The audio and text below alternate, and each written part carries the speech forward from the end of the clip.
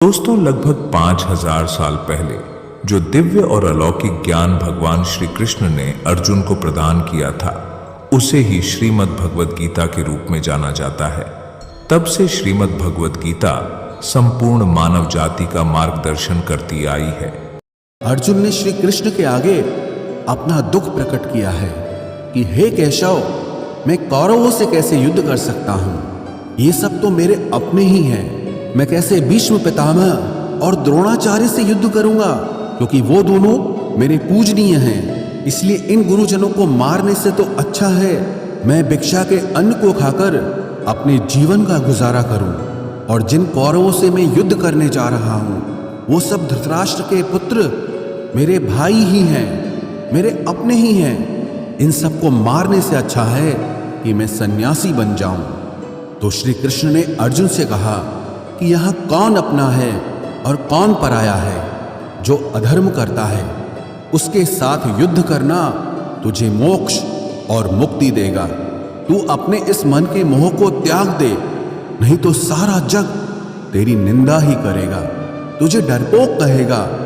बात अपने पराये की नहीं है, बात धर्म और अधर्म की है, बात सही और गलत की है।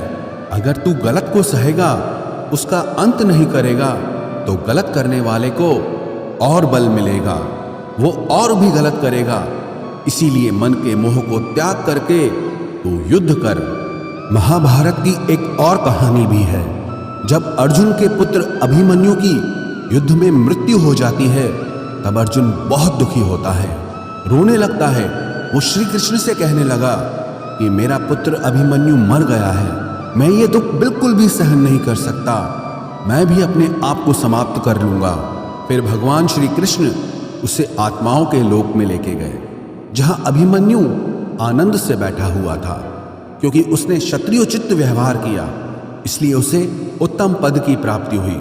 जब अर्जुन अभिमन्यु के पास रोते रोते पहुंचा, अपने पुत्र को देखकर अर्जुन बहुत प्रसन्न हुआ। उसे गले से लगाकर कहने लगा कि हे पुत्र, तेरे बिना तो मैं जी ही नहीं सकता, मैंने तो अपने जीवन की आशा का ही त्याग कर दिया है। तो अभिमन्यु कहने लगा कि आप कौन हैं? अर्जुन बोला, मैं तेरा पिता हूं, तू मेरा पुत्र है अभिमन्यु। तो अभिमन्यु कहने लगा कि कौन पिता कौन पुत्र, मेरे हजारों जन्म हुए हैं। किसी जन्म में आप मेरे पिता बनते हैं और किसी जन्म में मैं आपका पिता बनता हूं। आत्मा का न कोई माता होता है न कोई पिता होता है। जब अर्जुन ने देखा कि मेरा पुत्र मुझे पहचान भी नहीं रहा, तो उसका सारा मोह खत्म हो गया। इसलिए गीता के इस उपदेश को ठीक से समझ लो कि यहाँ कोई अपना पराया नहीं है। जो बुरे वक्त में, तकलीफ के वक्त में हमारा साथ दे, सिर्फ वही हमारा अपना है, बाकी सब पराये हैं। गीता का दूसरा उपदेश यह है कि जो चला गया है कभी उसका दुख मत करो, और जो आने वाला है उसकी बिल्कुल भी चिंता मत करो। जब महाभारत का युद्ध चल रहा था, तब अर्जुन ने श्री कृष्ण से कहा कि अगर यह युद्ध हुआ तो करोड़ों लोग मारे जाएंगे। जो सैनिक और योद्धा इस युद्ध में मारे जाएंगे, उनकी स्त्रियों का क्या होगा, समाज कैसे आगे बढ़ेगा? और भी बहुत सी बातें अर्जुन ने विस्तार से कही हैं। तो भगवान श्री कृष्ण ने कहा, अशोच्यानन्व शोचस्त्वम प्रज्ञावादांश भाषसे गतासून अगतासूश्च नानुशोचन्ति पंडिताः।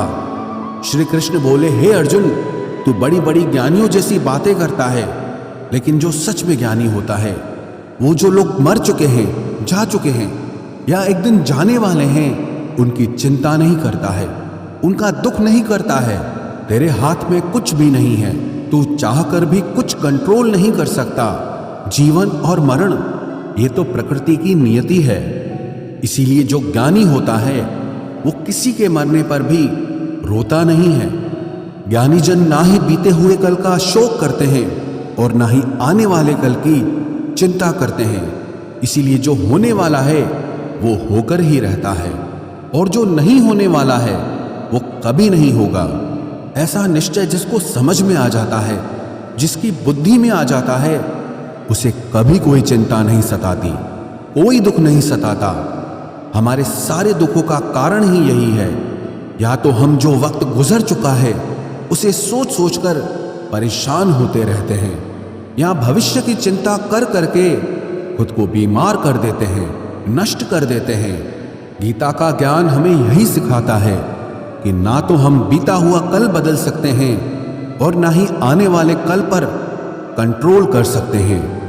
हमारे हाथ में सिर्फ वर्तमान है, सिर्फ आज का ही पल है। हमारा 98% तनाव और चिंताएं भूतकाल और भविष्यकाल के बारे में सोचते रहने से होता है। हम हमेशा उसी में ही जीते रहते हैं, मगर वर्तमान में कभी नहीं जीते, इस पल को कभी नहीं जीते। जब आप वर्तमान का पूरा आनंद लेना सीख जाओगे, तभी आपकी जिंदगी से तनाव कम होगा, चिंताएं खत्म होगी। वर्तमान में जीना एक बहुत बड़ी उपलब्धि है। हमारे हाथ में भी सिर्फ आज का ही पल है। हमें जो भी करना है आज ही करना है। कभी भी ये सोचकर समय को नष्ट नहीं करना चाहिए कि अभी मेरे पास बहुत समय बचा है। एक गुरुजी ने अपने एक शिष्य को पारस का पत्थर दिया। उनका वो शिष्य बहुत आलसी था, हर काम को कल पे टाल देता था। तो गुरुजी ने उसे कहा कि मैं तुझे ये पारस पत्थर दे रहा हूं। इस पारस पत्थर से जब तू लोहे को स्पर्श कराएगा तो वो लोहा स्वर्ण बन जाएगा, सोना बन जाएगा। और ये पारस पत्थर मैं तुझे 1 महीने के लिए दे रहा हूं। जब 1 महीना समाप्त हो जाएगा तब मैं तुझसे ये पत्थर वापस ले लूंगा। तब तक तू इस पत्थर को अपने पास ही रख। गुरुजी का वो शिष्य बाजार में लोहा खरीदने के लिए गया। जब बाजार में वो लोहा खरीदने पहुंचा तो उसे लोहे का वो रेट बहुत महंगा लगा। उसने कहा थोड़े दिन रुक के ले लूंगा, जब लोहे का रेट कम हो जाएगा। पर उसकी बुद्धि में ये बिल्कुल नहीं आया कि इस लोहे को मैं सोना बनाकर बहुत अधिक धन बना सकता हूं। लेकिन उसके मन की सुस्ती, उसके मन का आलस्य, उसकी वजह से उसने उस काम को कल पे टाल दिया। ऐसे ही करते करते पूरा महीना समाप्त हो गया। फिर गुरुजी उस शिष्य के पास आ पहुंचे कि बताओ तुमने कितना सोना बनाया। शिष्य बोला कि मैंने तो अभी सोना बनाना शुरू भी नहीं किया। तो गुरुजी ने कहा मुझे मेरा वो पारस पत्थर वापस चाहिए। शिष्य बोला कि नहीं, मुझे थोड़ा वक्त दीजिए, मैं थोड़ा सोना बनाना चाहता हूँ। गुरुजी ने कहा कि ये पारस पत्थर पूरा 1 महीना तेरे पास था पर तू कुछ नहीं कर पाया, लेकिन अब समय समाप्त हो चुका है। ऐसे ही ये हमारा जीवन है, हमारी जिंदगी है और ये समय ही पारस पत्थर है।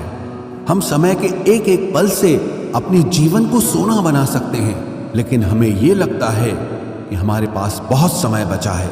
एक दिन जिंदगी को जी लेंगे, एक दिन जिंदगी में खुश हो जाएंगे, लेकिन वो दिन कभी नहीं आता और हम जिंदगी भर भागते रहते हैं, चिंता करते रहते हैं, दुखी होते रहते हैं, लेकिन जिंदगी को जीना, खुश रहना हम भूल जाते हैं।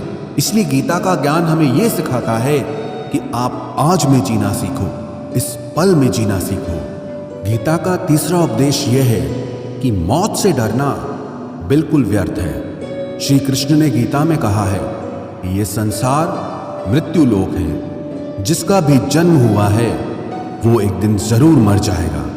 जिसका आरंभ हुआ है उसका अंत अवश्य होगा। हम इसे रोक नहीं सकते। जैसे हम रोज कपड़े बदलते हैं, वैसे ही हमारी आत्मा नया शरीर धारण करती है। मृत्यु सिर्फ इस जीवन का एक नया आरंभ है, इस जीवन का अंत नहीं है। आत्मा कभी नहीं मर सकती और ना ही उसे कोई मार सकता है, लेकिन मौत का डर मनुष्य को सबसे ज्यादा लगा रहता है।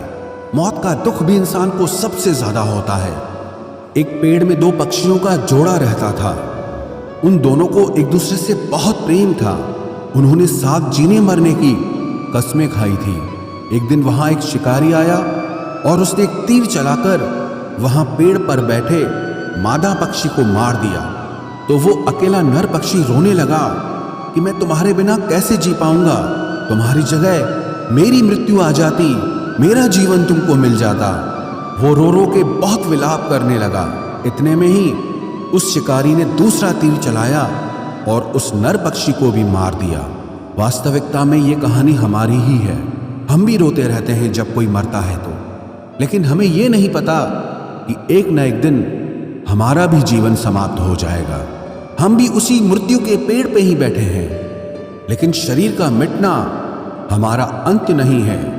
लोगों में अपना सहारा ढूंढना छोड़ दो। आपके मन की सबसे बड़ी कमजोरी यही होती है कि आप दूसरों में सहारा ढूंढते हैं, और यही चीज आपको कमजोर बनाती है। यही चीज आपका खुद पर विश्वास खत्म कर देती है। जो लोग सोचते हैं ना कि यह तो मेरा सहारा है, तो मुश्किल वक्त में मुझे काम आएगा, वही लोग मुश्किल वक्त में सबसे ज्यादा दुखी और अकेले पड़ जाते हैं। आप सिर्फ ईश्वर को अपना सहारा बनाओ। देखना, जब भी कोई मुश्किल आएगी ना, तो वो किसी ना किसी रूप में आकर आपकी मदद जरूर करेंगे। दुनिया को सहारा मत बनाओ। जो खुद अपने लिए सहारा ढूंढ रहे हैं, वो आपका सहारा कैसे बनेंगे? तो अपना सहारा दुनिया को नहीं, ईश्वर को बनाना चाहिए। ईश्वर आपकी सुनता है या नहीं, यह आपकी श्रद्धा, विश्वास और आस्था पर निर्भर करता है। इंसान के दुख का सबसे बड़ा कारण है उसका मोह। मोह से अज्ञान आता है और जीवन में समस्याएं शुरू होने लगती हैं। महाभारत में धृतराष्ट्र को दुर्योधन से इतना मोह था कि वो अपने पुत्र को गलत काम करने से भी रोक नहीं सके। धृतराष्ट्र को पुत्र मोह की वजह से धर्म अधर्म ज्ञान ही नहीं रहा और अंत में सब कुछ बर्बाद हो गया। महाभारत में श्री कृष्ण ने अर्जुन से कहा था, जब ज्ञान की धारा बहती है तो सबसे पहले मोह को नष्ट करती है। मोह को इसलिए नष्ट करती है क्योंकि मोह अज्ञान है। यूनान का सम्राट सिकंदर पूरी दुनिया को जीत लेना चाहता था। एक दिन एक नागा साधु ने सिकंदर से कहा, तू यह पूरी दुनिया जीत लेगा, उसके बाद क्या करेगा? क्योंकि इसके अलावा दूसरी कोई दुनिया है ही नहीं। इतना कहकर संत जोर जोर से हंसने लगा। संत की बातें सुनकर सिकंदर को निराशा होने लगी। सिकंदर ने संत से पूछा कि आप हंस क्यों रहे हैं? संत ने जवाब दिया कि तू पूरी दुनिया जीत लेगा, तब भी तुझे निराशा ही मिलेगी, क्योंकि तू दुनिया को जीतने के मोह में बंधा है, जबकि मेरे पास कुछ भी नहीं है, लेकिन मैं हमेशा खुश रहूंगा क्योंकि मुझे किसी भी चीज का मोह नहीं है। सिकंदर ने अभी दुनिया जीती नहीं थी, लेकिन अब संत की बातें सुनने के बाद दुनिया जीतने के विचार से ही वह निराश हो गया था, क्योंकि दुनिया जीतने के बाद कोई और मोह नहीं बचेगा। मोह की वजह से जीवन में दुख ही आते हैं। मोह घर परिवार से हो सकता है, सफलता का मोह हो सकता है, सुख सुविधा और मान सम्मान का मोह हो सकता है। जहां मोह रहेगा वहां दुख तो आएगा ही। मोह जब सफल होता है तो दुख मिलता है, और जब असफल होता है तब भी दुख ही मिलता है। श्री कृष्ण कहते हैं कि जब कोई मोह त्याग देता है तो उसे मेरी कृपा मिल जाती है। मोह रहित व्यक्ति परम आनंद प्राप्त करता है। इसीलिए मोह का त्याग करना चाहिए और जो हमारे पास है उसी में संतुष्ट रहना चाहिए। ज्यादा पाने का मोह रहेगा तो दुख मिलना तय है। कि किसी का भला करके कभी एहसान न जताएं, अन्यथा वह कर्म शून्य के समान हो जाता है और उससे मिलने वाला यश बेकार हो जाता है। यह सोच करके कभी अभिमान नहीं करना चाहिए कि हमने तो कितने लोगों या जीवों की मदद की है, क्योंकि करने वाले तो स्वयं ईश्वर होते हैं। आप तो मात्र एक माध्यम है, कठपुतली हैं। ज्ञान सदैव बुद्धि को उत्तम व श्रेष्ठ बनाता है, इसलिए ज्ञान अर्जित करते रहे और बांटते रहे, ताकि दूसरों का भी जीवन संवर जाए। जो व्यक्ति फल की आशा हेतु कर्म करता है वह कर्म से ही बंध कर रह जाता है। मेरा तेरा छोटा बड़ा अपना पराया मन से मिटा दो, फिर सब तुम्हारा है और तुम सबके हो। फल की अभिलाषा छोड़कर निरंतर कर्म करने वाला मनुष्य ही अपने जीवन को सुखद और संतुष्टिदायक बना पाता है। शांति उसी को प्राप्त होती है जो मैं और मेरा तथा मैंने किया या मैंने बनाया ऐसी लालसा से बाहर आ जाता है। जीवन में संतोष रखने वाला ही हमेशा सुखी रहता है। मनुष्य को जो कुछ नहीं मिलता उसका दुख या शोक करने की बजाय ईश्वर ने जो कुछ भी दिया है उसका आनंद लेना चाहिए। दोस्तों, एक बार की बात है, एक आदमी सागर के किनारे घूम रहा था। तभी एकदम उसकी नजर चांदी के एक डंडे पर गई जो बहते बहते किनारे पर आ गया था। वह खुश हुआ और झटपट उस डंडे को उठा लिया। अब वह डंडा लेकर टहलने लगा। अब धूप ज्यादा हो गई तो उसका मन सागर में नहाने का हुआ। उसने सोचा, अगर डंडे को किनारे रखकर नहाऊंगा तो कोई ले जाएगा। इसीलिए वह डंडा हाथ में ही लेकर नहाने लगा। तभी एक ऊंची लहर आई और तेजी से डंडे को बहाकर ले गई। वह अफसोस करने लगा और दुखी होकर तट पर आ बैठा और रोने लगा। उधर से एक संत आ रहे थे। उस आदमी को उदास और रोता हुआ देखकर संत ने पूछा, तुम इतने दुखी क्यों हो? उसने बताया, स्वामी जी, नहाते हुए मेरा चांदी का डंडा सागर में बह गया। संत ने हैरानी जताई और कहा, तुम डंडा लेकर नहा रहे थे? वह बोला, क्या करता? किनारे रखकर नहाता तो कोई ले जा सकता था, लेकिन चांदी का डंडा लेकर नहाने क्यों आए थे? स्वामी जी ने पूछा। तब आदमी ने कहा, लेकर नहीं आया था, वह तो यही मिला था। उस आदमी की बात सुनकर स्वामी जी जोर से हंसने लगे और बोले, जब वह तुम्हारा था ही नहीं तो फिर दुख या उदासी कैसी? कभी कभी कुछ खुशियां अनायास ही मिल जाती हैं और कभी कुछ श्रम करने और कष्ट उठाने से मिलती है। जो खुशियां अनायास मिलती हैं, परमात्मा की ओर से मिलती हैं, उन्हें सराहने का हमारे पास समय नहीं होता। इंसान व्यस्त है तमाम ऐसे सुखों की गिनती करने में जो उसके पास नहीं है। आलीशान बंगला, शानदार कार, स्टेटस, पावर वगैरह वगैरह, और भूल जाता है कि एक दिन सब कुछ यूं ही भूलकर उसे अगले सफर में निकल जाना है। तो दोस्तों, भगवान श्री कृष्ण ने तभी कहा है कि तुम्हारा क्या गया जो तुम रोते हो? तुम क्या लाए थे जो तुमने खो दिया? तुमने क्या पैदा किया था जो नष्ट हो गया? ना तुम कुछ लेकर आए थे और ना ही कुछ लेकर जाओगे। जो लिया यहीं से लिया, जो दिया यहीं पर दिया। खाली हाथ आए थे, खाली हाथ ही जाओगे। जो आज तुम्हारा है कल किसी और का था, परसों किसी और का होगा। क्रोध मनुष्य का सर्वनाश कर देता है। क्रोधी इंसान का कोई मित्र ही नहीं होता। हर इंसान उससे दूर भागता है। उसके सारे रिश्ते समाप्त हो जाते हैं। जो इंसान अपने क्रोध को नहीं संभाल सकता, वह जिंदगी में कुछ भी नहीं संभाल सकता। क्रोध करना व्यर्थ है। यदि क्रोध में आकर आप प्रतिक्रिया दे रहे हैं तो इसका अर्थ यह है कि आपको ईश्वर के बनाए कानून यानी कि कर्म पर भरोसा ही नहीं है। इसीलिए भगवान कृष्ण कहते हैं, क्रोध से मनुष्य की मति मारी जाती है, यानी मूढ़ हो जाती है, जिसके परिणाम स्वरूप स्मृति भ्रमित हो जाती है। स्मृति भ्रम से मनुष्य की बुद्धि नष्ट हो जाती है और बुद्धि नष्ट होने जाने पर व्यक्ति खुद अपना ही नाश कर बैठता है। व्यक्ति को सुख और दुख दोनों परिस्थितियों को समान भाव से जीना चाहिए। जिस तरह हम खुशियों का स्वागत करते हैं, उसी तरह दुख को भी स्वीकार करना चाहिए, क्योंकि जीवन की पूर्णता सुख और दुख दोनों से होती है। दोस्तों, जब महाभारत का युद्ध खत्म हो गया था, तब युधिष्ठिर ने हस्तिनापुर की राजगद्दी संभाल ली थी। सब कुछ सामान्य हो रहा था। एक दिन वह समय आ गया था जो कोई पांडव नहीं चाहते थे। भगवान श्री कृष्ण द्वारिका लौट रहे थे। सारे पांडव दुखी थे। श्री कृष्ण उन्हें अपने शरीर का हिस्सा ही लगते थे, जिसके अलग होने के भाव से ही वे कांप जाते थे। लेकिन श्री कृष्ण को तो जाना ही था। कोई भी श्री कृष्ण को जाने नहीं देना चाहता था। भगवान भी एक एक कर अपने सभी स्नेही जनों से मिल रहे थे। सबसे मिलकर उन्हें कुछ न कुछ उपहार देकर श्री कृष्ण ने विदा ली। अंत में वे पांडवों की माता और अपनी बुआ कुंती से मिले। श्री कृष्ण ने कुंती से कहा, बुआ, आपने आज तक अपने लिए मुझसे कुछ नहीं मांगा। आज कुछ मांग लीजिए, मैं आपको कुछ देना चाहता हूं।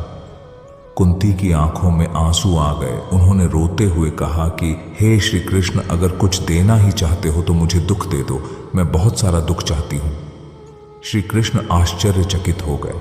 श्री कृष्ण ने पूछा कि ऐसा क्यों? बुआ, तुम्हें दुख ही क्यों चाहिए? कुंती ने जवाब दिया कि जब जीवन में दुख रहता है तो तुम्हारा स्मरण भी रहता है। हर वक्त तुम याद आते हो। सुख में तो यदा कदा ही तुम्हारी याद आती है। तुम याद आओगे तो मैं तुम्हारी पूजा और प्रार्थना भी कर सकूंगी। तभी दोस्तों, भगवान श्री कृष्ण कहते हैं कि जो न कभी हर्षित होता है, न द्वेष करता है, न शोक मनाता है, न कामना करता है, तथा जो शुभ और अशुभ कर्मों का त्यागी है, ऐसा भक्तियुक्त पुरुष ही मुझे अति प्रिय है। बहुत ज्यादा मीठे बोलने वालों से और ज्यादा तारीफ करने वालों से सावधान रहना चाहिए, क्योंकि लोग मीठा सिर्फ तभी बोलते हैं जब उनको आपसे अपना मतलब निकालना होता है। आपकी तारीफ भी सिर्फ तभी की जाती है जब उन्हें आपसे अपना काम निकालना होता है। याद रखना कि तारीफ आपको जिंदगी में कभी भी मुफ्त में नहीं मिलने वाली। अगर कोई आपकी तारीफ कर रहा है तो कुछ ना कुछ उसके लिए आपको चुकाना ही पड़ेगा। इसीलिए जो बहुत ज्यादा मीठा बोलते हैं या जो आपकी तारीफ करते हैं, उनसे जरा सावधान रहना चाहिए। प्रभु, सुख देना तो बस इतना देना कि जिससे अहंकार ना आए, और दुख देना तो बस इतना कि जिससे आस्था ना खो जाए। जिंदगी में सिर्फ शहद ही ऐसा है जिसको 1000 साल के बाद भी खाया जा सकता है, और शहद जैसी बोली से सालों साल तक लोगों के दिल में राज किया जा सकता है। रास्ते कभी खत्म नहीं होते, बस लोग हिम्मत हार जाते हैं। तैरना सीखना है तो पानी में उतरना ही होगा। किनारे बैठकर कोई गोताखोर नहीं बनता। एक ऐसा लक्ष्य निर्धारित करें जो आपको सुबह बिस्तर से उठने पर मजबूर कर दे। किसी के पैरों में गिरकर प्रतिष्ठा पाने के बदले अपने पैरों पर चलकर कुछ बनने की ठान लो। जिस व्यक्ति ने कभी गलती नहीं की, उसने कभी कुछ नया करने की कोशिश नहीं की। मुश्किल कोई आ जाए तो डरने से क्या होगा, जीने की तरकीब निकालो। मर जाने से क्या होगा, तू जिंदगी को जी, उसे समझने की कोशिश ना कर। एक सपने के टूटकर चकनाचूर हो जाने के बाद दूसरा सपना देखने के हौसले को ही जिंदगी कहते हैं। श्री कृष्ण कहते हैं, मनुष्य का जीवन केवल उसके कर्मों पर चलता है। जैसा उसका कर्म होता है वैसा उसका जीवन होता है। जो मनुष्य मुझसे परम प्रेम करके इस परम रहस्य युक्त गीता शास्त्र को मेरे भक्तों में कहेगा, वह मुझको ही प्राप्त होगा।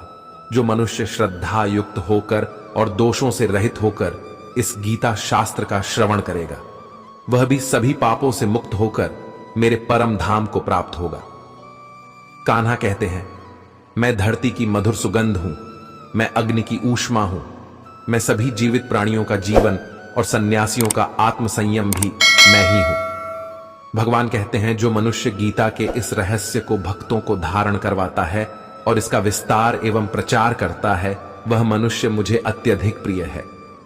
मित्रों, मैं आशा करता हूं कि आपने इस वीडियो से बहुत कुछ सीखा होगा।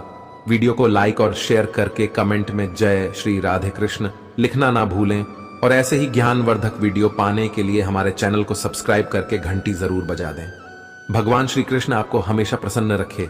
जय श्री राधे कृष्ण।